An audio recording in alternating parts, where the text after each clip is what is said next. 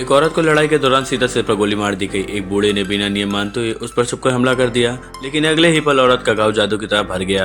ये देखकर बूढ़ा हैरान रह गया। उसे बिल्कुल भी उम्मीद नहीं थी कि जिस पर उसने गोली चालाकी से चलाई थी वे फिर से जिंदा खड़ी हो जाएगी। गुस्सा और शर्म से तिल मिलाकर बूढ़ा लगा था औरत पर गोलियां चलाने लगा, मगर नतीजा वही, चाहे जितनी गोलियां मारो वे औरत मरने वाली नहीं थी। बूढ़े को समझ आ गया कि उसका अंत करीब है। वह तुरंत बोला, मैं हार मानता हूँ, आधी हार भी चलेगी। लेकिन औरत ने अब उसे छोड़ने का इरादा नहीं किया। उसने सीधा अपनी बंदूक से बूढ़े के हथियार को गिरा दिया। ये रण अखाड़े में बहुत बड़ा अपमान माना जाता था।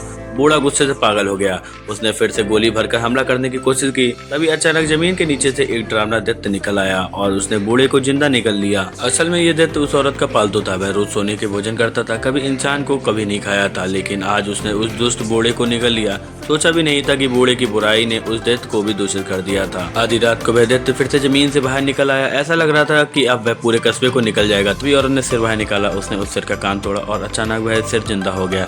फिर उसने औरत हुआ जी से बात करना शुरू कर दिया। ये सिर दरअसल उसका दुश्मन सांग वियाओं का था, जो हुआ जी के हाथों पकड़ा गया था और अब सिर्फ एक सिर बनकर रह गया। हुआ जी उससे जानकारी निकालना चाहती थी, लेकिन सांग वियाओं कुछ भी बताने को तैयार नहीं था।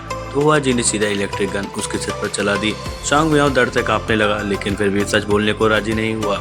वह तरह तरह की मीठी मीठी बातें करके हुआ जी को बहकाने लगा। कभी उसकी तारीफ करता, कभी झूठी जानकारी देता, मगर हुआ जी के पास अपनी मशीन थी जो सच्चाई बता देती थी। वह समझ गई कि सांग वियाओं सब झूठ बोल रहा था। सांग वियाओं बोला, अगर तुम मेरे साथ डेट पर चलो तो मैं सब सच बता दूंगा। हुआ जी को बेकार की बातें सुनने का मन नहीं था, क्योंकि उसके पास एक खास ताकत थी। वह सीधा किसी भी रोबोट के दिमाग में घुस सकती थी। भले ही सांग वियाओं का फायर बॉल बहुत मजबूत हो, लेकिन हुआ जी दुनिया की सबसे बड़ी रोबोट इंजीनियर थी। उसने कुछ ही सेकंड में कोड डालकर सांग वियाओं का दिमाग हैक कर लिया और उसका सारा डाटा निकाल लिया। हुआ जी अब